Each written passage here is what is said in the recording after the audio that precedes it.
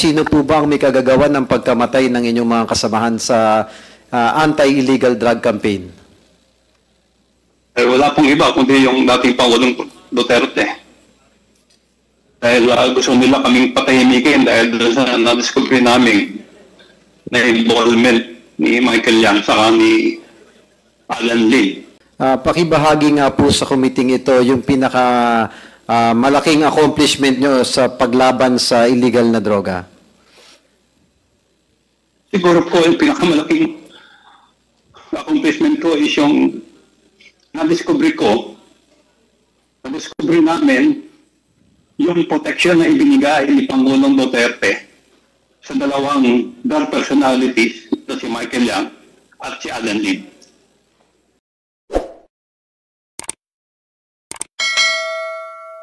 Una po yung San Tipolo na unang pagkakataon na merong nahuling akto na nagluluto sa loob ng Shabu Laboratory at sobra 1,000 kilos ng shabu ang nakuha doon. Sumunod isang Mandawi, Cebu na mga more than 16 yata na foreign nationals na nandun na mix. Meron Indonesia, Malaysia. Then yung famous na shabu Tiangge sa Pasig. At ang isa pa ay ang sa Davao, sa Domoy, Davao City, na nabas namin ang Shabu Laboratory doon noong 2004, December 31 po. Yun lang po yung marami pa ako, kaya lang hindi ko na po maalala. Pero yun po yung mga significant na trabaho namin. Sige, maraming salamat po, Colonel Sierto. Ang aming pong mga kasamahan dito ay gusto rin po magtanong sa inyo. The first to interpellate is Congressman Benny Abante. You are recognized, Congressman Abante. Magandang umaga sa iyo at Colonel Sierto. Magandang umaga po. Kayo po pala ay na-assign na sa iba't ibang PNP stations, ano po? Sa totoo po, ako po ay lagi naka-assign sa mga task forces. Hindi po ako na-assign sa station o sa probinsya. Lagi pong special unit yung aking pong assignment. At kayo po ay illegal drugs sa PAOP. At kayo po ay nasa ilalim ng sino pong opisyal, usually? Sa isa lang po ba kayo nasa ilalim ng opisyal o ilang opisyal lang kayo po ay nasa ilalim nila? Ang mga boss ko po ay yung mga director namin, director ng HOT o Task Force Commander, na sila General Alipay hanggat umabot kay General Bacalso, General Nick De Leon, General Kaknak. Then yung bandang huli na, ang pinakahuling boss ko po ay si Colonel Pero, si General Mijares. Yun po ang mga naging boss ko po. Alam po ba nila ang inyong involvement sa mga operasyon na ito? At alam po ba nila ang inyong mga in-expose recently? Involved po ba sila dyan o hindi po? Ako po, hindi man po ako nagtatrabaho ng DLM ng boss ko. Alam po nila lahat yon. Kung ang tinutukoy niyo po ay tungkol sa report na ginawa ko tungkol kay Michael Yang at kay Alan Lim, alam po yan ng aking director during that time na si Director Mijares. Meron po ba silang ginawang report tungkol dito o kayo po ba sinang nag-agree po ba sila sa inyo o sila po ba ay sumang-ayon o nakasama kayo upang expose itong mga bagay na ito? Kasayang palad po, sinabit ko po ang report ko kay General Bato, Pero wala pong nangyari. Hindi po niya inaksyonan. Iba po ang ginawa niya. Ang ginawa niya is ang kinausap niya ay si Alan Lim. Imbis na ako yung kausapin niya na gumawa ng report, si Alan Lim ang kinausap niya. Then, nagbigay din po ako ng report kay Director General Aquino ng PIDEA. Sa kanya naman po, in fairness po sa kanya, pinatawag niya ako, kinausap niya ako, in-explain ko sa kanya yung report ko kung paano ko nakuha, at ang sabi niya, ipapaabot niya sa Malacanang. Pero, nung tumutok na po ito, medyo nag-deny po siya na ang sabi niya is hindi niya maalala kung kanina niya binigay sa Malacanang. Nakakapagtaka naman po noon eh. Napaka-importante yung report, di alam kung kanina iniwan yung report, kanina ibinigay. Then nagbigay din po ako ng report kay General Albayalde, Chief PNP Albayalde. At nung una, dininay niya, ganun din, dininay niya nung una, pero nung sinabihan siyang mayroong litrato, medyo naalala niya. So inamin din niya, pero wala siyang ginawa. Katulad nila General Bato de la Rosa, Aaron Aquino, at Oscar Albayalde, wala silang ginawa doon sa report mo.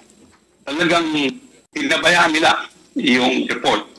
Then, hanggang sa umabot na yung hindi nila ma-dispute yung aking report, ang ginawa nila is ako yung siniraan. Siniraan ako at yung team ko. At dahil nga doon, yung isang kasamahan ko na gumawa ng report, binukot, si Captain Lito Perote, hanggang ngayon nawawala. At ang isa ay binaril, namatay, si retired Master Sergeant Jerry Liwanag. Wala pong umaksyon sa report ko. Ano po ang posisyon ni Senator Bato de la Rosa nung kinausap niyo siya tungkol sa bagay na ito? Siya po ang chief PNP noon, pero hindi po kami nag-usap ni minsan tungkol sa report ko. Hindi niya ako kinausap. Ang kinausap niya ay si Alan Lim o si Lin Wenxiong. Yun ang kinausap niya. Kung hindi po kayong kinausap ni Senator Bato, paano po niya nalaman ang inyong operasyon?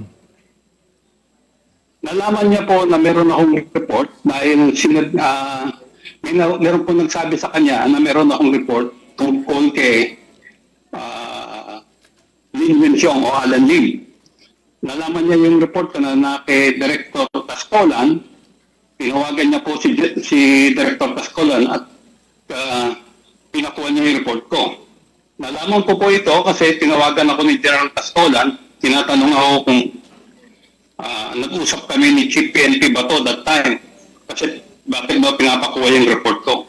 Ang sabi ko kay General Tascolan, sir, hindi po ako pinakausap. Hindi ko po alam kung paano niya nalaman na meron akong report na ibinigay sa inyo.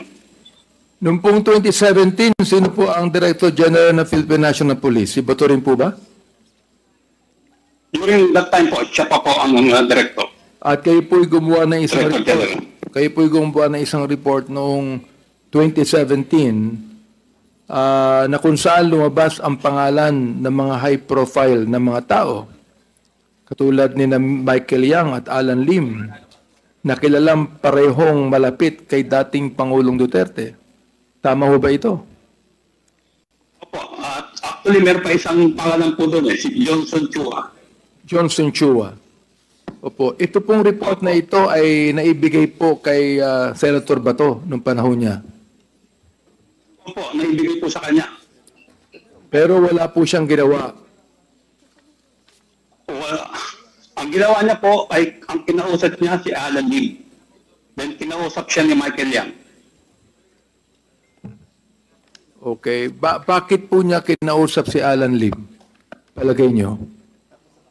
Ang alam ko po is kinonfront niya si Alan Lim at umamin si Alan Lim sa kanya na siya yung nahuli sa Cavite na laboratory na ang pangalan na ginagamit niya doon ay Wen Li Chen.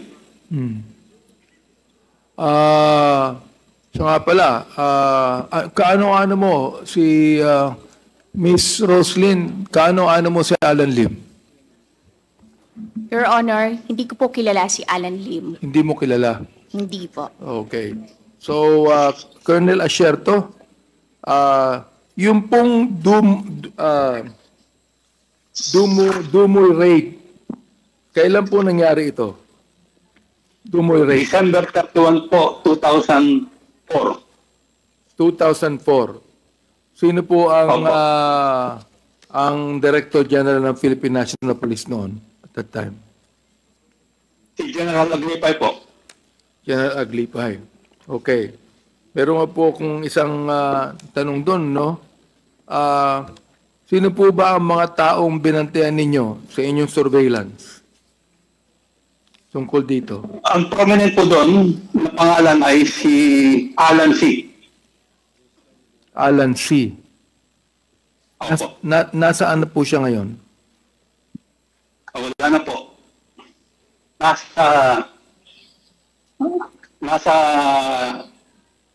Nasa testimonya po ni Arturo Las Cañas kung ano yung nangyari kay Alan C. Okay, Colonel Asierto, pakibanggit nyo nga po sa amin sa Quadcom kung ano ang koneksyon ni Michael Yang sa drugs at ang koneksyon ni Michael Yang sa dating Pangulo. Si Michael Yang po ay nung iniimbestigahan po namin yung sa Domoy noong 2004, si Michael Yang po ay hindi namin nakikita.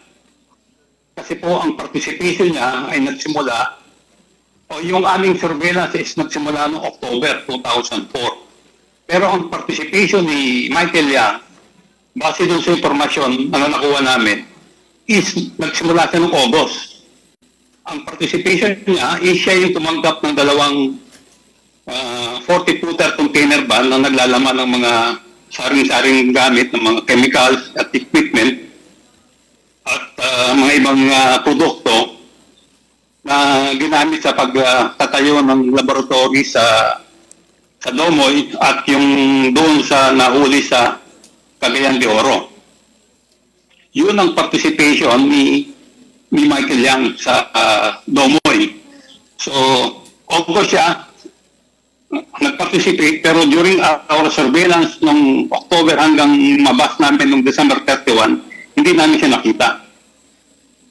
Si Michael Yang po ay una kong natanggap ang information sa kanya noong April 2016, campaign period.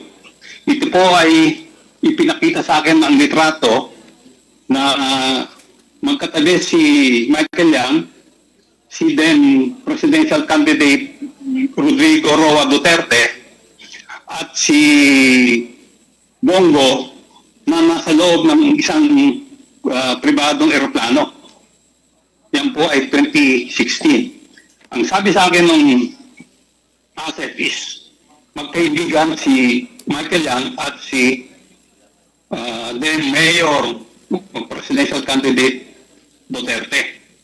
So, nung matanggap ko po yung informasyon dahil 2016 campaign, hindi ko po muna ginalaw kasi parang hindi pa ho hinog yung informasyon. Nung manalo na si Pangulong Duterte at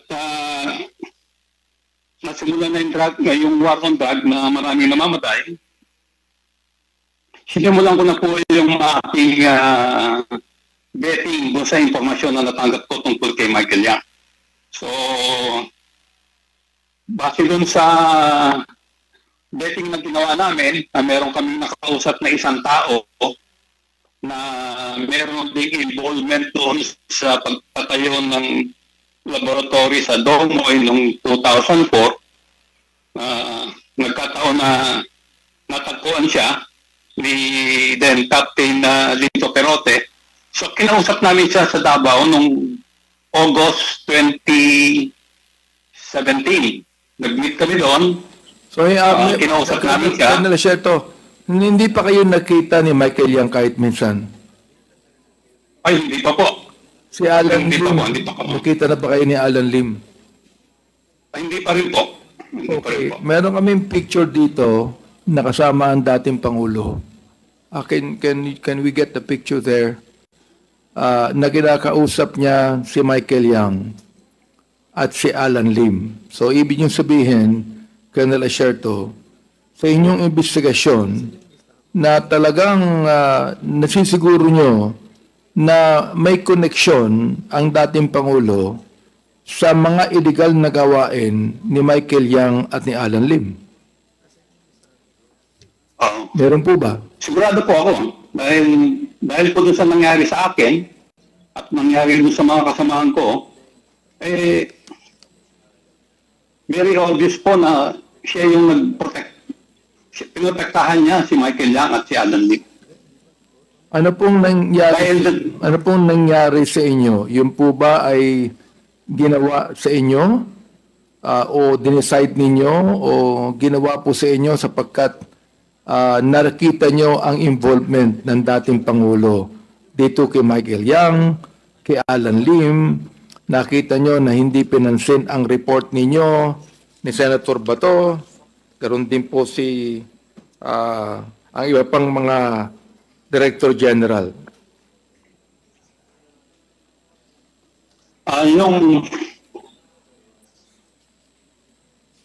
parang lumabas po kasi nung hindi nila ma-dispute yung aking report kasi supported naman po ng mga dokumento.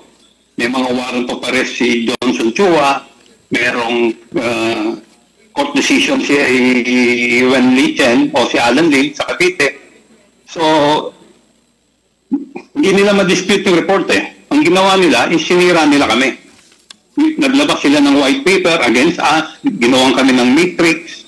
Sino pong gumawa nun? Sino pong gumawa ng mga yan? Alam niyo po ba? Kilala niyo po ba kung sinong gumawa sa inyo ng mga white paper na yan? Sila po ba ay nasa loob ng Philippine National Police? Sila po ba ay mataas na opisyal ng Philippine National Police? Meron po akong suspekta kung sinong gumawa. Pero hindi pa po kumpleto yung aking ebidensya. Pero alam po namin na siya yung gumawa. Kaya hindi pa po kumpleto. At yan pong white paper ay ginamit ni Pangulong Duterte nung nagsalita siya sa General Santos. Yung papel na winawagayway niya na sinasabing kung ano-ano tungkol sa amin, na ako raw nag-smuggle ng AK-47, nagbigay ako ng baril ng AK-47 sa NPA, nakikinap daw kami ng mga Chinese at pinapatubos, at kung ano-ano pang mga pati yung pagpatay sa Koreano, ibinintang sa amin. So, Kailan po nangyari yun? hindi nila kayang... Colonel, kailan po nangyari yun? Yung hindi ko na po matandaan yung exact nung kailan yung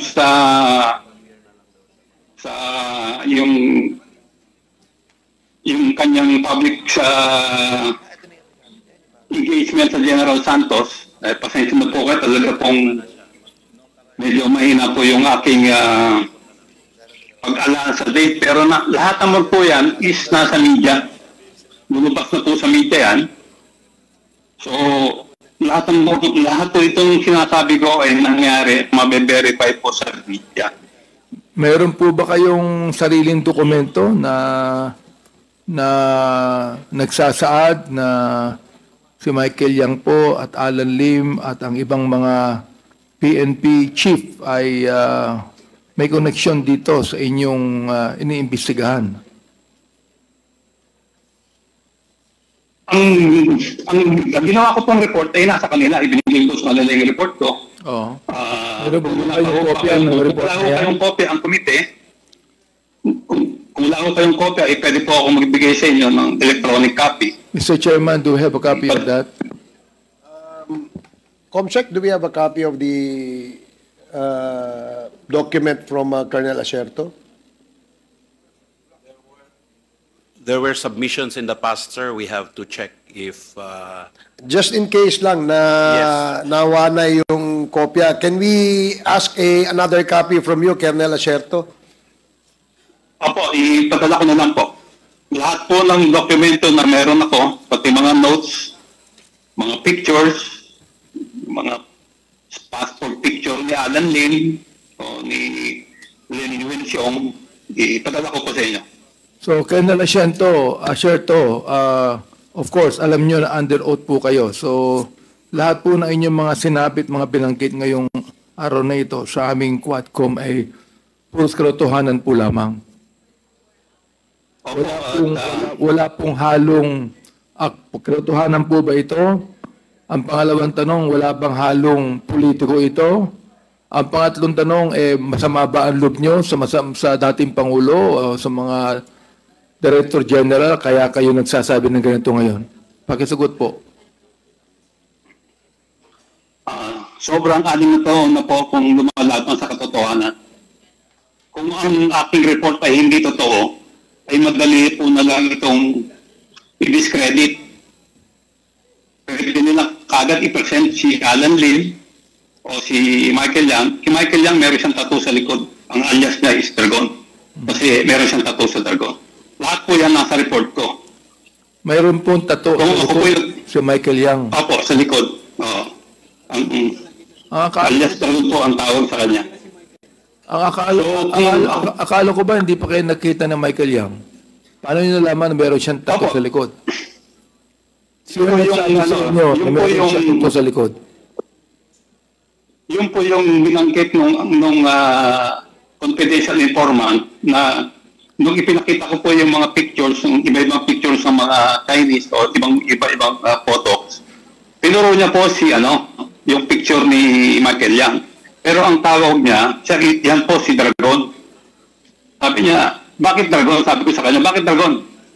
Kasi meron po siyang tattoo sa likod ng Dragon. Pwede niyo bang sabihin sa amin kung sino po yung informant na yon? Nandun po yan sa report ko. Nasa report ninyo? Opo, nasa report ko po yun. Kung pwede po, pakibigay po sa amin lahat ng mga dokumento para makita po namin ito. Yan.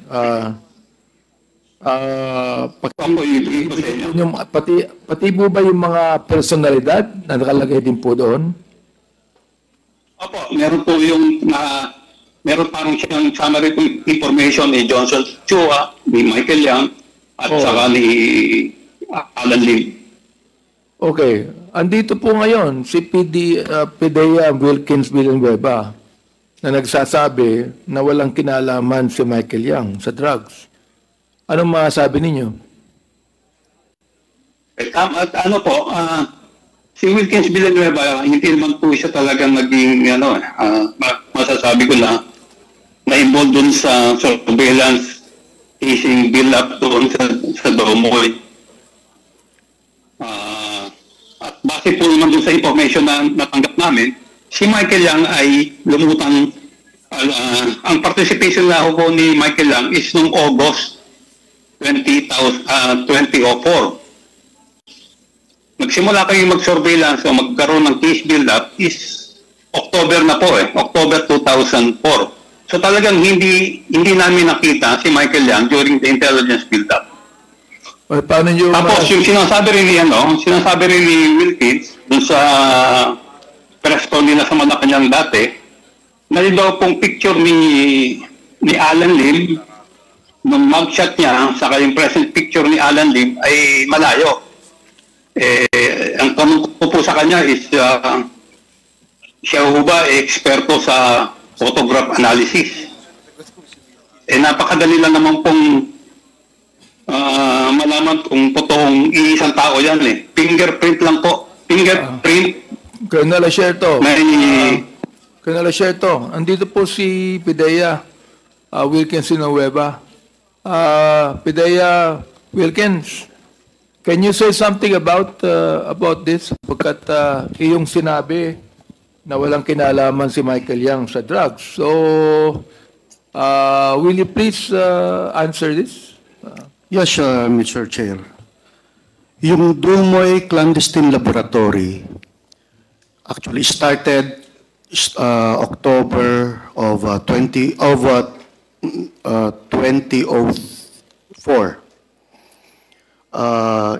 The information came from the Drug Enforcement Administration ng United States of America. Yun ang start po nun. Tapos the information was passed on me ng PDEA Intelligence and Investigation Service. I was the regional director of PDEA Regional Office 11 during that time.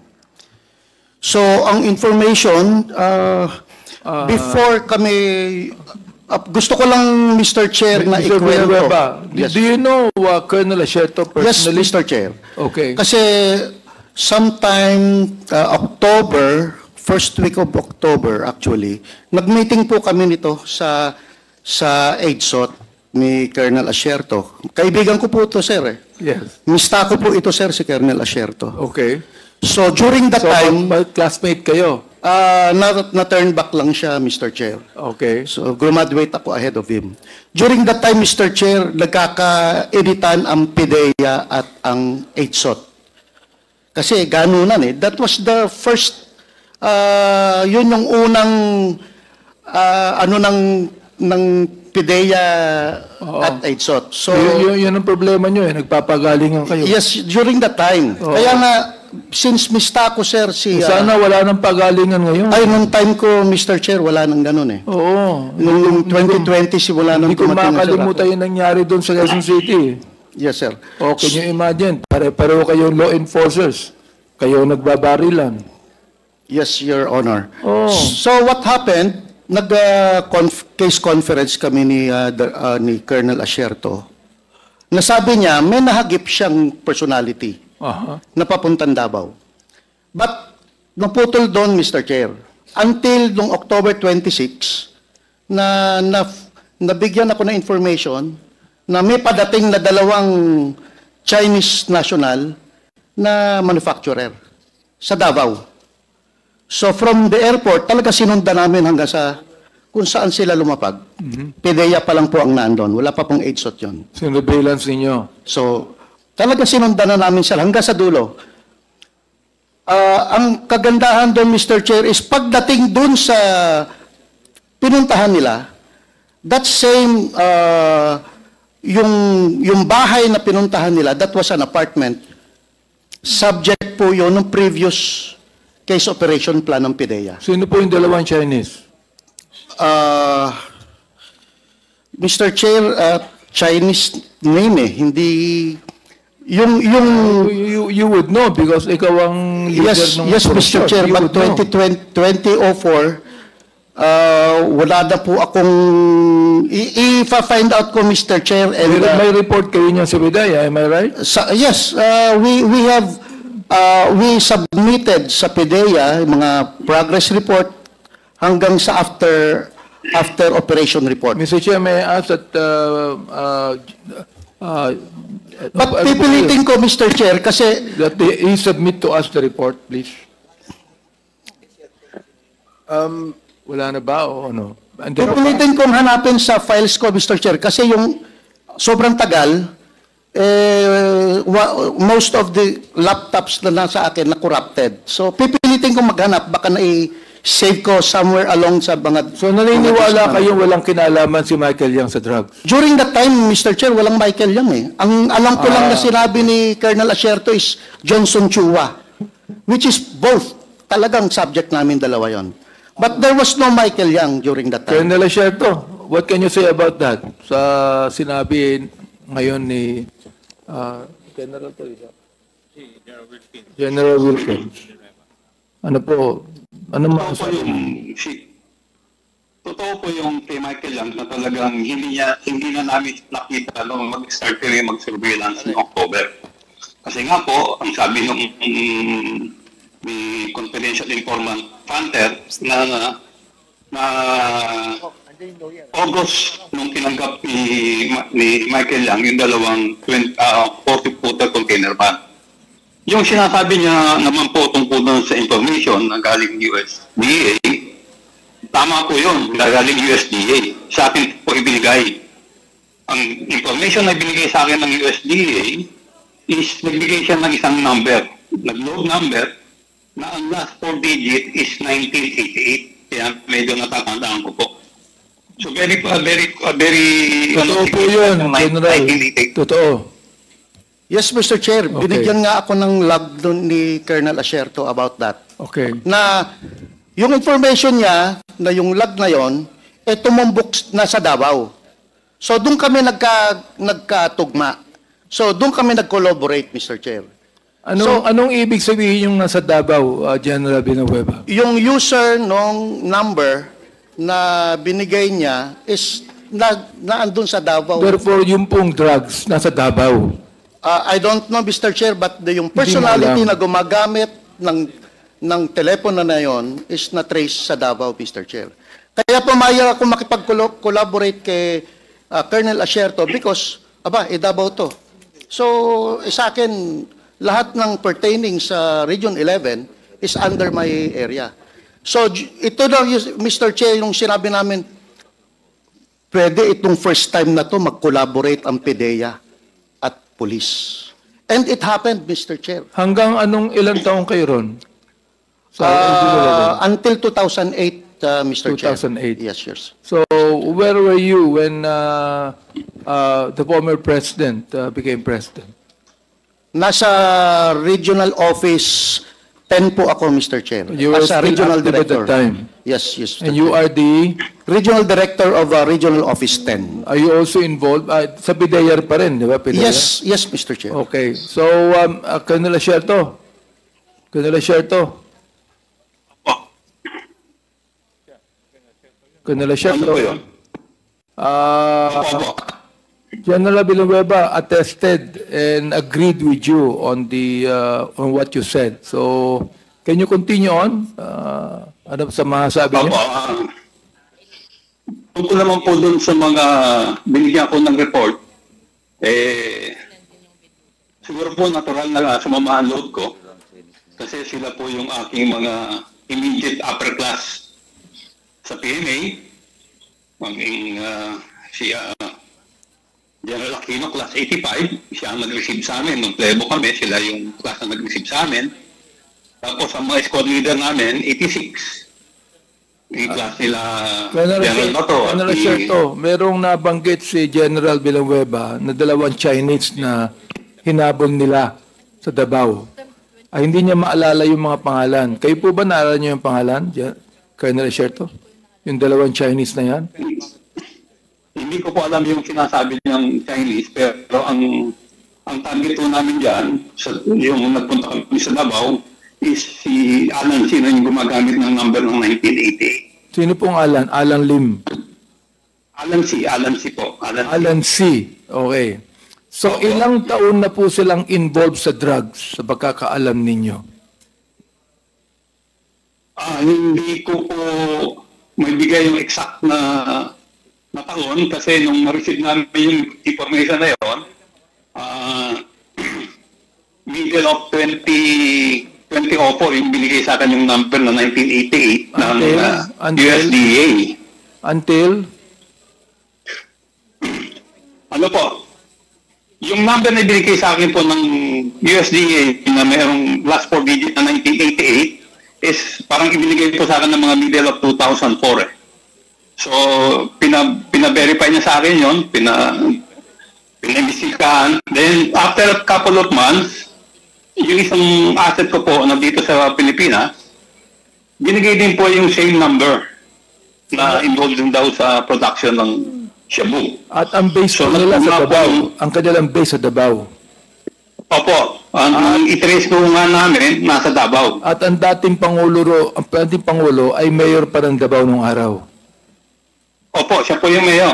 Siya po yung mayor that time. Kasi bago po kami magsimulang mag-surveilla, pinuntahan po namin siya ni then Wilkins Villanueva, director ng PDEA doon sa 11, parang respeto po na courtesy call na nandun po ako sa Davao, na tiga Manila, Manila Base Unit na mag-operate sa Davao. Kasi po nga, Mayor, at alam kong very supportive siya sa mga anti-illegal drugs operation. So, during that time, minabuti po namin, wala kayong hinagap, Colonel Asierto at General Benahueva, wala kayong hinagap na involved ang dating mayor po ng Davao sa drugs. Mr. Chair, General Benahueva, sige po. Mr. Chair, talagang supportive Wala kayong hinagap na involved ang dating mayor sa Wala drugs. po, Mr. Chair. Hindi nyo alam. Actually, during the operation, yung actual operation, Mr. Chair, Yes. nagtayo po sila ng command post just 50 meters away from the clandestine laboratory. Sino po nagtayo? Sila, Mayor Duterte, si General Simeon Dizon, Regional Director po siya ng PNP ng Region 11, na andun po yung ibang mga konsehal ng Davao City at na andun po ang media while we were operating on the clandestine laboratory. So, talagang ang iniisip namin, talagang walang involvement ang ating mayor during that time. Okay, sa Davao Colonel City. Asierto, what can you say about that? ako po, meron po ako naririnig na chismis, pero wala po akong nakitang ebidensya. At in fairness po talaga, talagang during our surveillance, hindi po nahagip yung pangalan ng mga Duterte. Hindi po namin hagip, in fairness. Naglalaro lang po ang isip ko dito, no, sapagkat may mga napatay na mga mayor na involved sa drugs, may mga napatay na mga high profile na involved sa drugs. Ano po ba ito? Ito po ba ay to annihilate the competition para isa na lang ang manguna dyan? O ano po bang palagay nyo, Colonel Asierto?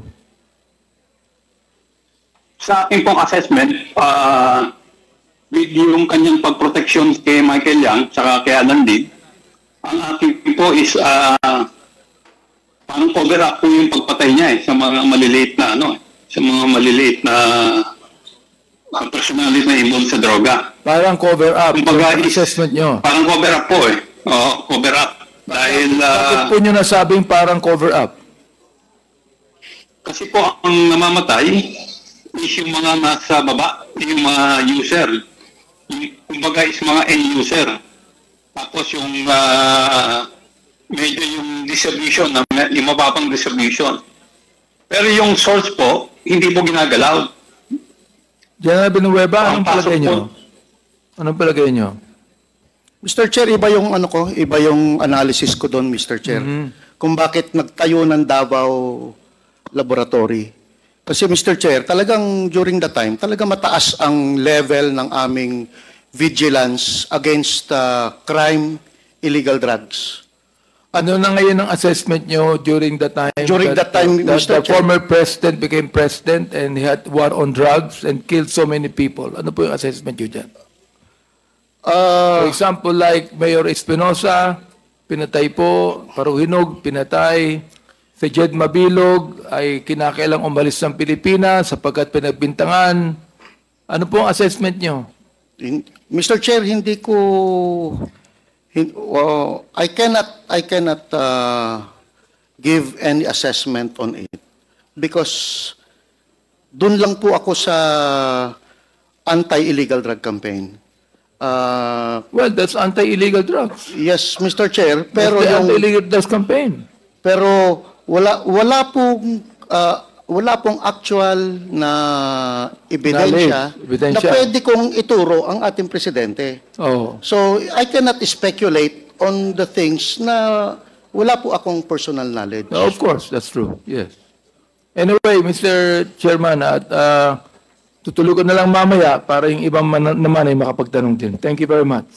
Salamat, Congressman Abante. The next to interpolate is Congressman Ernix Junicio. You're recognized. You have 5 minutes. 10 minutes. Thank you, Mr. Chair. Just to have a clear perspective and background, I'd like to ask some few questions to Colonel Asierto. Colonel Asierto, magandang hapon po sa inyo. Just to make clear of things, dati po kayong pulis, tama po ba? Magandang hapon po. Opo. Ano po ba kayo? Nag-PNPA, PMA, at anong batch po kayo nagtapos? I belong po sa PMA class of 1989. Philippine Military Academy po, PMA?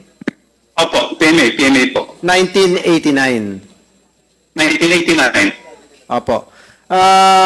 Noong taong 2003, kayo po ay kasama sa founding team ng PNP's first separate drug unit, yung Anti-Illegal Drug Special Operations Task Force, kung tawagin. Tama po ba? Opo, doon po ako nakasign during that time. Ano po yung naging katungkulan nyo dun sa task force na yon? Isa po ako sa mga unit chief. Ang hawak ko po yung Special Operation Unit 3. Specifically for drug eradication po, tama po.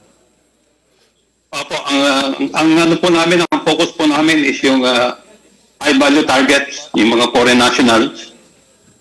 Na-involve sa illegal na droga. Opo.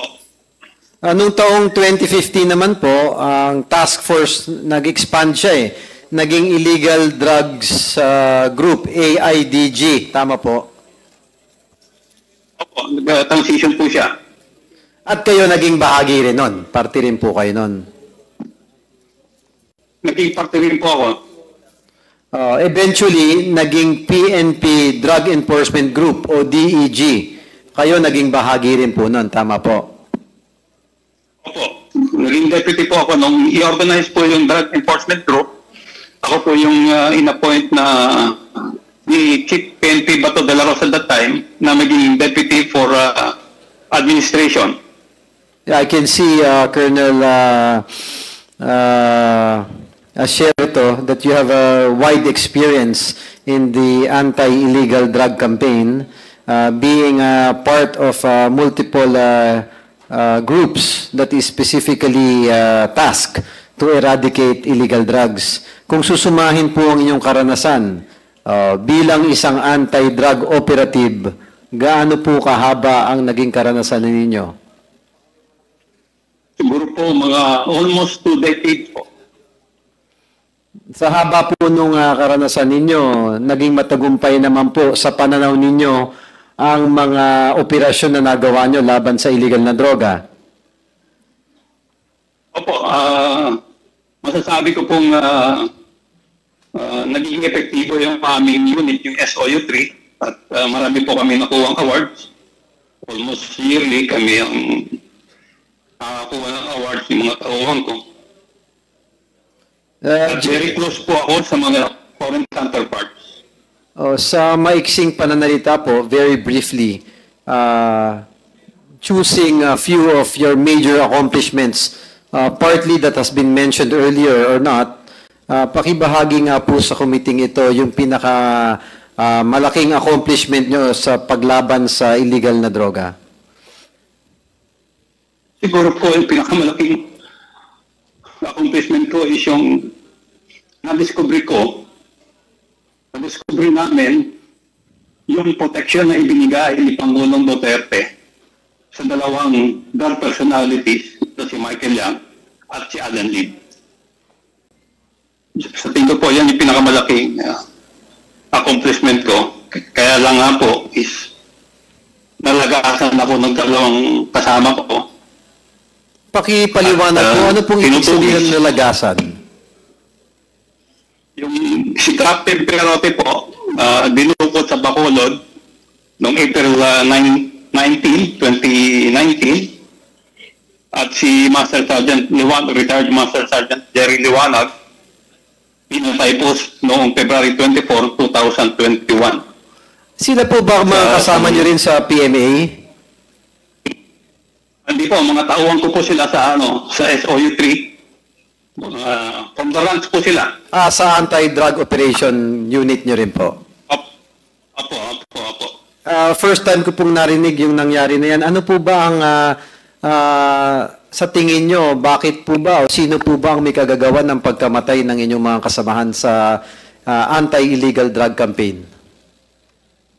Wala pong iba kundi yung dating Pangulong Duterte. Dahil gusto nila kaming patahimikin dahil sa na-discover namin na involvement ni Michael Yang saka ni Alan Lim. Ito rin po ba yung dahilan kung bakit wala po Sige po, pakituloy po. Pasensya na po. Ano po yung tanong? Ito rin po ba yung dahilan kung bakit wala kayo rito ngayon at kayo po ay natatakot para sa inyong kaligtasan at buhay? Actually, kinasawan po nila ako eh. Meron po akong warrant of arrest kaya nagtatago ako at meron po nakapatong sa akin na 10 o 15 million para po mapatay nila ako. Noong taong 2017 bilang isang illegal anti-drug operative, kayo po ay nagsabit ng isang confidential report that was earlier touched by Congressman Benny Abante, a confidential report linking a high-profile personality sa illegal na drugs. Gaya ng nabanggit kanina, ito ay si Michael Yang, Alan Lim, tama po ba yon? Opo, at si Johnson Chua po. Kasama po siya, okay. Ano po yung posisyon ninyo nung ginawa ninyo yung particular na report na ito involving the personalities of Michael Yang, Alan Lim? At the time po, ako po ang Deputy Director for Administration ng Drug Enforcement Group. Base po sa report na ito na isinumiti ninyo at nagawa ninyo na inihanda ninyo sa sarili ninyo, paano nyo masasabi na involved si Michael Yang sa illegal na drug trade? Una, dahil doon sa report na ibinigay sa akin ng aking asset na-validate namin, then yung connection niya kay Johnson Chua at kay Alan Lim. Si Alan Lim, meron siyang kaso ng kinasuhan siya sa Cavite Laboratory, pero na-dismiss yung kaso niya, pero doon siya mismo nahuhuli sa loob ng laboratory. Si Johnson Chua, meron siyang standing warrant of arrest sa na-inisyo ng Cagayan de Oro RTC at sa Parañaque RTC. So dalawang personality na involved sa droga, tapos si Michael Yang, hindi man po mahirap magkaroon ng assessment doon sa kanyang involvement. So it is safe to say na gaya ng nabanggit po ninyo na without a doubt they are involved sa personal assessment nyo as a professional and well-experienced operative of anti-illegal drugs. Opo, ako po ay 100% na yan si Alan Lim at si Lim Wenxiong ay isang tao lang po yan. At verified nyo po lahat ito sa inyong karanasan? Kindly wrap up, Congressman. Yes, Mr. Chair, just a few more questions. Kasama po yan doon sa meron pong yung report ko po ay may mga attachment. Opo, bilang huling tanong na lang po, gusto ko lang ibigyan ng emphasis dahil nalito ako doon sa tanong. Kanino niyo po sinabit yung confidential report na ginawa niyo noong 2017? Ang munang binigyan ko po ng report ay si Director Cascolan na ipinakuha ni then Chief PNP Bato de la Rosa at nagbigay din po ako ng report kay Director General Aquino ng PIDEA at nung maupo si Chief PNP Oscar Albayalde, binigyan ko rin po siya ng report. Ano po nangyari sa report? Wala pong nangyari. Ako po ang binaliktad kung ano pong ibinintang sa akin at dininay nila yung mga report. Thank you, Your Honor. Just one manifestation. Considering the profile of the personalities involved na nire-report po sa atin ni Colonel, this humble representation hopes that a thorough investigation be conducted. Hindi biro po yung mga nalalaman nating impormasyon ngayon eh. These allegations, if these allegations are true, then we should be alarmed and drastic measures be implemented. We need laws to protect people like ang ating colonel ngayon na nagbibigay na impormasyon na to. In the end, we wouldn't want drug syndicates to be able to penetrate the higher echelon of our government. Ang mga tao na kumita o nagpayaman, kapalit ang buhay at na malulong sa masasamang bisyo ng illegal na droga at sugal, ang lipunan natin has no place in government. And at the same time, it should be really eradicated. That's why I thank the Quadcom. We will make laws and find ways to prevent these people who are involved in illegal drugs and illegal gambling to put a stop to them and not enter the government. Maraming salamat, Your Honor.